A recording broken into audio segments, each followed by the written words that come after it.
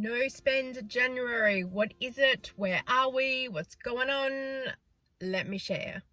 If we haven't met before, hey, I'm Kelly, I'm the Frugal Fun Mum, teaching you all the practical tips and tricks about how you can save money while keeping it fun and realistic in today's day and age, because it's where it's at. Now, no spends are all over social media right now, and it seems to be the latest trend, even though frugal people have been doing it for quite a while. But that's okay, you can jump on to frugality anytime that you need to. But I thought that I would share with you what I'm planning on doing and what I have done and how we're going to move forward, tips and tricks and all that jazz. I probably heard about the no spend challenges back in 2020. We all know what happened then. I was home with YouTube, what can I say? And I found a lady called Hannah Louise Poston, and in 2018 she did a no spend year of skincare and makeup. She is a self-confessed addict of these products and she needed to curb her shopping addiction. So I followed her journey, and it was amazing to see how she changed her shopping habits and products and thoughts and theories behind things. And it was such a good journey to be on. The following year, she did a low spend. So she was still able to purchase some things, but she had a budget, or she had her beauty budget the following year. And then I can't remember what happened after that. I'm not sure if she did another one or she did the year of less stuff, I think, and then went from there. So I went, 21, I'm going to do a no buy year. Out the window. We got the kitchen redone, which we had been saving for 3 or 4 years. And I think my son was going back to school finally after having a break for so long after 2020. And yeah. Anyway, so 2022, I did a no buy year and I was really successful at it, and I shared my journey here on YouTube as well. I will link the playlist down below. And then I went, this works so well, and there's so much I feel like I still have to get through, because I was trying to declutter the house at the same time. I thought, I'll do it again for 2023, because I do see some people, they do back-to-backs. And then it just kind of went out the window. I don't know what happened, but there's not much evidence of it online. I do know that 23 I was doing a lot of grocery hauls and things, and I had stockpiled up a couple of beauty things when they were on mega clearance, and they're kind of some of the prices you'll never see ever again. And I was totally okay with that, because some of the products I have since used and they're gone. Other stuff we're just starting to finish up now, so I don't regret that at all. And then in 24 I kind of went, I'll go into I quit shopping, and then I just kind of didn't do any updates or anything like that, because I was meant to kind of go into it with a challenge with another YouTuber. We were just going to do like a fun support each other thing, and then they decided they didn't want to be part of it. It always happens to me. Every time someone says to me, let's do this thing, I go, let's do it. And then later they're like, no, I can't be bothered. I'm like, okay. Used to happen when I go to the gym a lot. A friend would go, let's do a double class, and I'd go, okay, and you had to pre-book before you got there, so I've pre-booked. And then she would do the first class and go, I'm not staying for the second. I'd be like, okay. Anyway, back to reality. Then 24 I did start thinking, still on the no shopping thing, I also really want to declutter the house.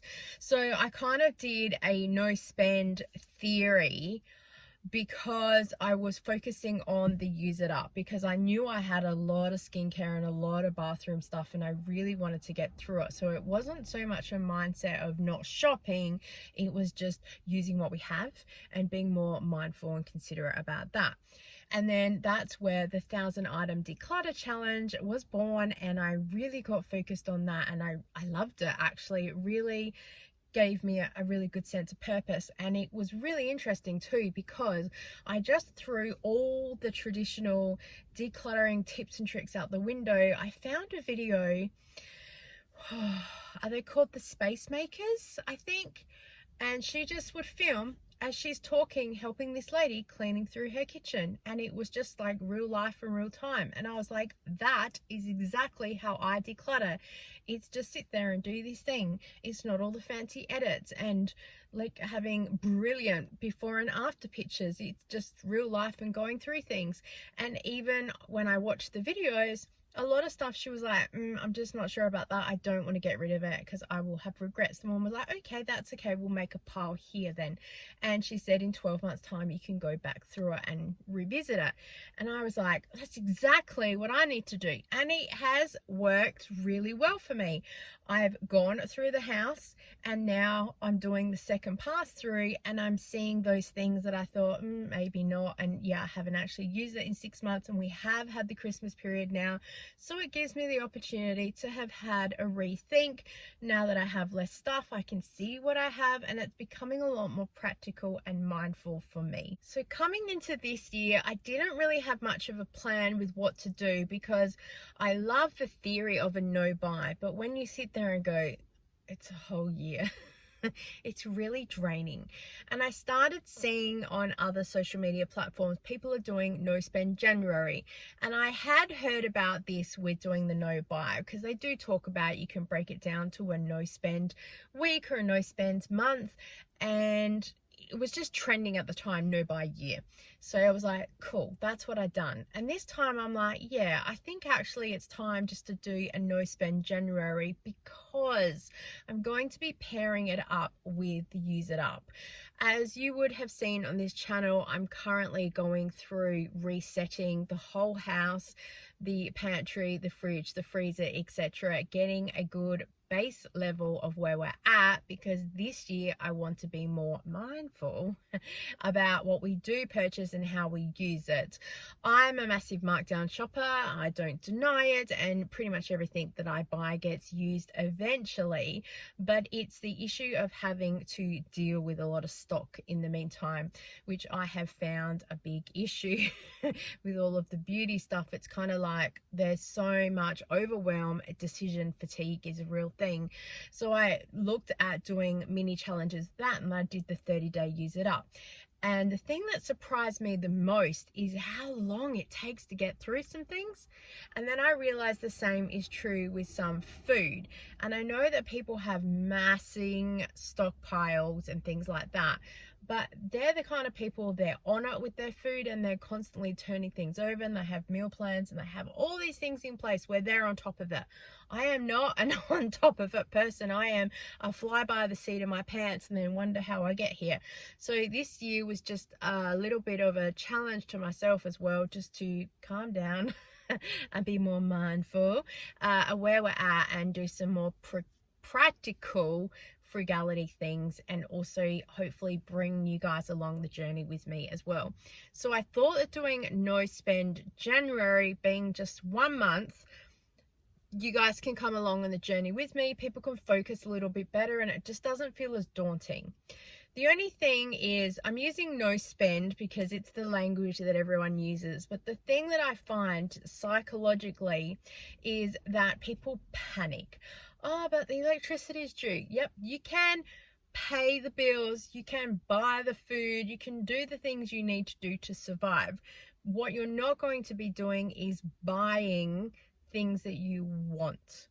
You're buying or spending on things that you need. So it is just a bit of a mindset. People kind of panic.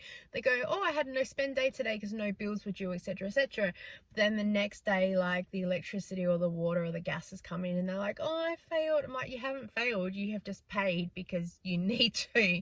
So don't panic. I realize too, like everything I do in life, it's last minute. And we are already in January, and that's okay, because I kind of thought the first week of January, when it's that between Christmas and New Year's and the first bit when you're still sort of on holidays, you don't know what day it is anyway, and everyone's scrambling to try and figure out what they're going to do this year or what's going on, and people get caught up in the hype. And I did start the challenge on the 1st of January, just quietly in my mind, because I knew I would be home for 3 or 4 days. So I kind of knew that I had time up my sleeve just to stop and think about it. But I thought that I would record this and put it out to you guys, because hopefully now you're starting to think about maybe some ideas or some things that you want to accomplish this year.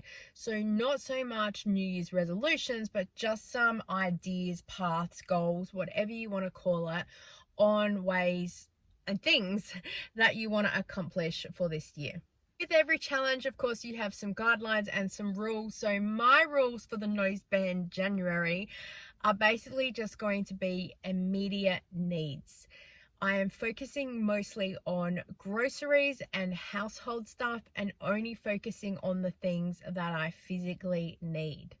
It's why I'm currently going through the fridge, freezer and pantry, looking at stockpiling, meal planning and doing an inventory, because I'm interested to know what we actually need. I'm also making sure that I'm doing a lot of made from scratch food, our own biscuits, ice cream, anything that I can make myself. I've been Googling a whole lot of stuff, how to use this instead of that, and just getting my knowledge up to scratch a little bit better. Looking at being home a lot more this year, so looking at using my time more effectively and being more mindful about things that I am doing, just to live a little bit more of a quieter life. I love being home. I am a homebody, and homemaking and cooking and cleaning and baking especially is my super happy place. So that's also what I wanted to focus on this year. Off the top of my head, I don't need any more clothes. We got some when we were in Melbourne last year. My daughter also gave me a couple of pieces that I've since put in the wardrobe. I might need a new pair of shoes soon if my mum can't fix the last pair I gave her.